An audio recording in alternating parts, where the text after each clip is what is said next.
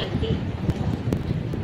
એકચ્યુઅલમાં આશા workers શું છે મને ખબર જ નથી, પણ જ્યારે મેં વાત કરી કે આપણા આ બહેનોનું મેં નામ સાંભળ્યું છે, પણ તમને બધાને જોયા એટલે મને લાગ્યું કે આશા વર્કર્સ એટલે જેમના પર તમે આશા રાખી શકો છો ને પૂરો વિશ્વાસ રાખી શકો છો. આજનો દિવસ એ એક જ દિવસ મહિલા દિવસ માટે નથી હોતો. આપણો દરેક દિવસ આપણા કાર્ય થકી મહાન બનતો જાય છે. મહિલા માટે કહેવામાં આવે છે, એક ખૂબ સુંદર વાત પણ આપણે સાંભળી હશે કે જે 24 કલાક સતત પોતાની ડ્યુટી કર્યા કરે છે, જેના સમય સાચવવાના છે, પતિનો સમય સાચવવાનો છે, દીકરાનો સમય સાચવવાનો છે, વહુનો સમય, દીકરીનો સમય, જે દરેક સમય સાચવે છે. એ ઘરના નાનામાં નાના કામમાં ધ્યાન રાખે છે.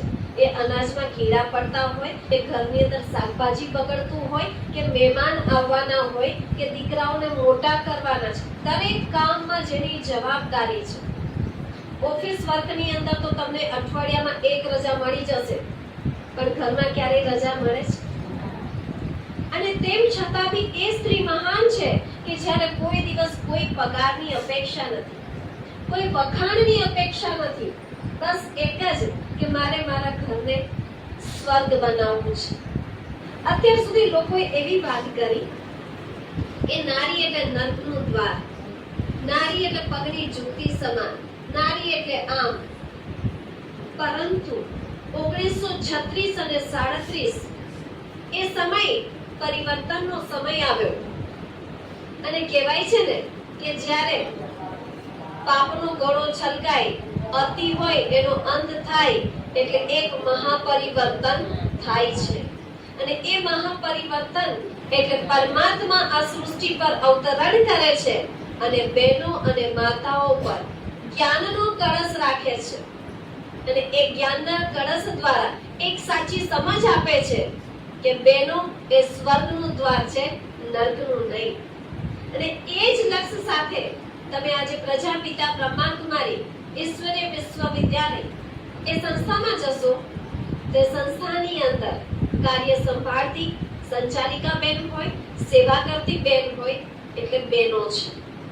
આ સંસ્થા બહેનો દ્વારા ચાલતી સંસ્થા છે.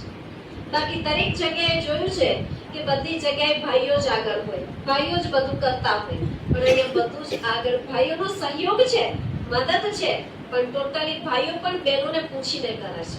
બેન આવું કરવું છે, બેન આપણે આમ કરીશું, બહેનોને આગળ. કારણ કે ભગવાને કીધું છે કે જે ક્ષેત્રની અંદર બહેનો આગળ હશે ને ત્યાં સફળતા નિશ્ચિત છે.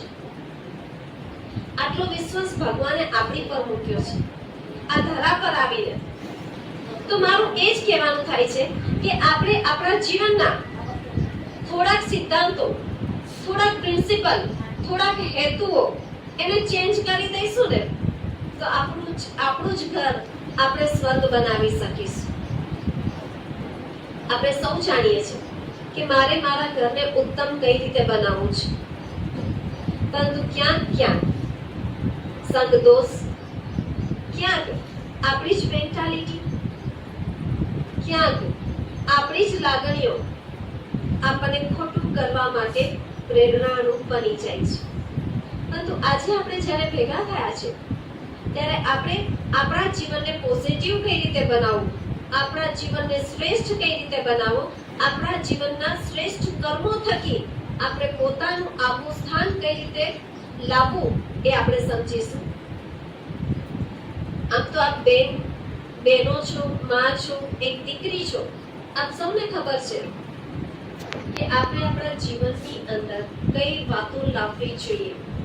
પહેલામાં પહેલું બાળકોના સંસ્કારનું ઘડતર, જે વર્તમાન સમયે ખૂબ જ જરૂરી છે. દરેક માતા પિતા ઈચ્છે છે કે મારું બાળક સંસ્કારી બને, પરંતુ કદાચ બહેનોને ટાઈમ નથી મળતો.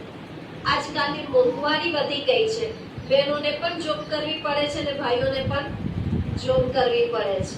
અને આ દોડાદોડીની અંદર બાળક માટે જે ટાઈમ આપવો જોઈએ, બાળકોના સંસ્કાર માટે જે ટાઈમ આપવો જોઈએ એ આપણે આપી શકતા નથી. અને આગળ જ્યારે બાળક મોટું થઈ જાય છે ખોટી આદતો, ખોટા સંસ્કારો લાગી જાય છે, કોઈ વ્યસનો એને લાગુ પડી જાય છે, ત્યારે આપણને થાય છે કે મારું બાળક બગડી ગયું, મારા બાળકને પહેલેથી મેં ધ્યાન આપ્યું હોત તો આજે એની આ દશા ના. આજે નાના બાળક 2 થી 3 વર્ષનું બાળક મોબાઈલ આપો તો જ જમે, બાકી જમે નહીં. એનું એક રમકડું એટલે મોબાઈલ.